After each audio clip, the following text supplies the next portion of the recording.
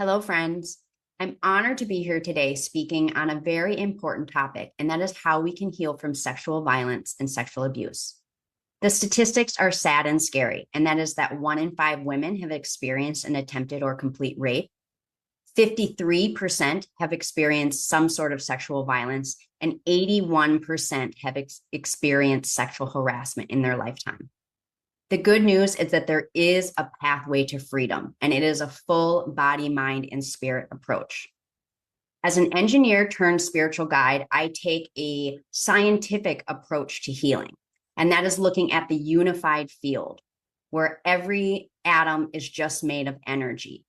Only 5% of our visible universe is actually physical matter, and that actually translates to the body. So, when a body experiences trauma, such as sexual violence, there is an energetic imprint made from the abuser. So, of course, there's the mental and emotional imprint that the experiencer experiences, but then there is also an energetic imprint that gets put into the body from the abuser that remains in the body until it can be released. Traditional therapies don't take care of this type of invisible energy because it's a spiritual approach. I'm talking about the unified field and how we can remove this energy altogether. The approach that I take to healing sexual abuse in the purpose embodiment method is shamanic in nature. I knew I was onto something with this method when a childhood friend reached out to me and shared to me that she had experienced sexual abuse as a child, molestation, as well as a rape in her adulthood. Now, I was so honored when I heard from her after our third session, and she said, Lynn, I just was intimate with my husband for the first time since I finished working with you, and I was so surprised that there were no more flashbacks. We both looked at each other and cried because we knew that something was different. So what was different? The imprint was released. In the spiritual world, in the shamanic world, there are techniques called soul retrievals and extractions, where one who has the gift and the belief and the techniques can enter the energy field of a person and remove the imprints of others that don't belong there. And so in this method, I go into the energy field of the victim and I pull out the energy of the abuser.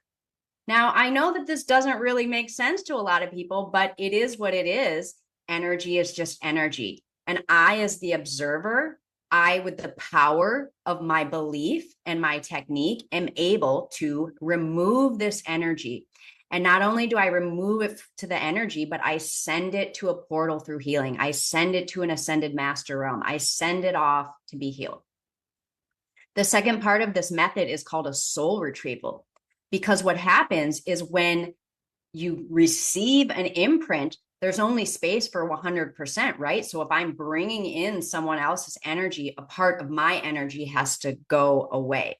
And so this is the idea of losing a part of yourself when we experience these traumas. So in addition to extracting the energy of the abuser, I call out through all space and time to retrieve back the soul essence, the innocence of the person that has been sexually abused or assaulted.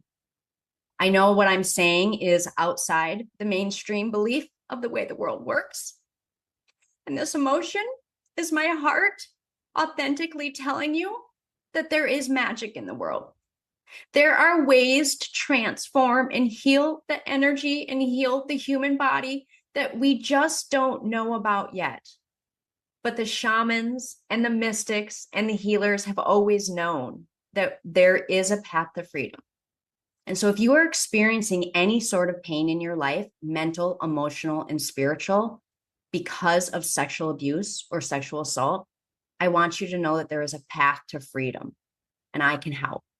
And I would love nothing more than to connect with you more deeply so that we as women who have experienced some of the most traumatic things that a human can experience can join hands together and say, we are free.